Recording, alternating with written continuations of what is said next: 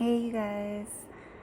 So I'm working and this is probably not the best angle, but whatever. I decided that I wanted to do a little bit of a story time while I'm working. Very short story time that I probably will get into in detail later on. So in late 2009,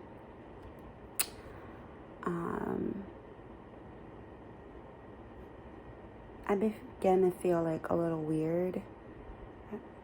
Let's say like September of 2009. I began to feel a little bit weird, and I'll be honest with you, I really didn't know what it was. I didn't have Gabby, of course, at the time. I was young. I was working like crazy, all my bills were paid. I didn't have anything to, stress about, but in the inside of me, I was definitely stressing. So I went to the doctors, normal checkup type stuff. And I don't know why, but I asked the doctor, could they give me an HIV test? And the doctor was like, yeah, sure, but I'm really sure that, that's not something that you need to worry about. Long story short, I took the test. And the doctor never called me back. But I still had this feeling of feeling different on the inside for, I'm going to say, like 2 weeks. So one day I was at work, and I decided to call the doctor myself because I really wanted to know, what the results were. So as the doctor is talking to me, he didn't say, yes, you have HIV, or no, you don't have HIV. What he said was, your white cell count is low. And he started to, go on about my test results. Me kind of knowing what that meant, I already knew what the answer was, that I was HIV positive. And be honest with you, I, at that moment, felt so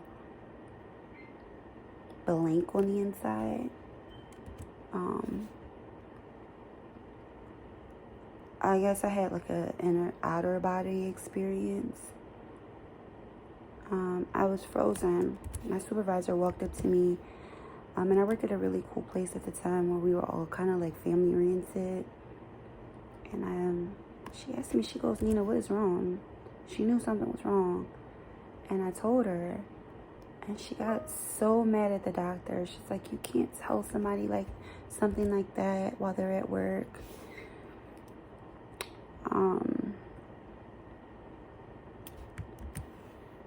I'll be honest, and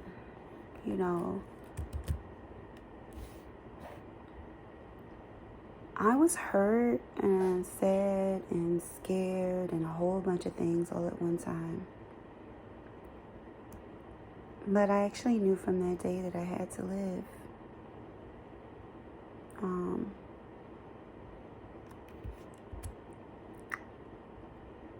I've never been a woman who, was out wrapped up in a bunch of guys and stuff like that. So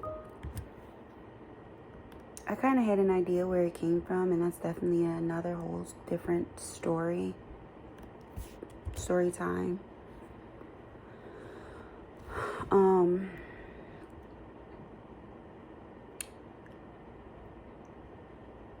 But I think that was the moment that changed my life, of course.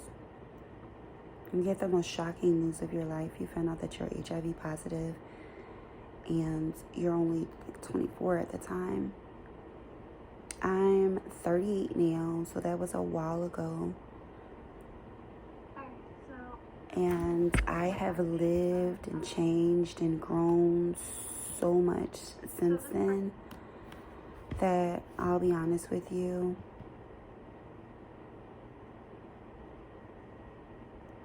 I just really want to tell this story. I want to tell not just women, but men all over the world. And I'm sorry for my hair looking like this because I'm taking my hair out. I'm getting ready for a wedding this weekend. But I just wanted to tell women and men all over the world that sometimes the most dangerous thing you can do is not put yourself first. That is the most dangerous thing you can do, is not put yourself first. And although this is something that I have to live with every day, it doesn't change who I am as a person, and it definitely won't change who you are as a person if this is something that you walk with. My family members, my friends, people that I come across, I have never had anyone who looked at me any differently because of me having HIV. I had my daughter afterwards. I got married afterwards. And yeah, so I just wanted to tell you guys to make sure you get tested. Make sure you know who you're giving your heart to. Make sure you value your body, because it's definitely the only thing on this earth that you will own until the day you die, without anyone else, having,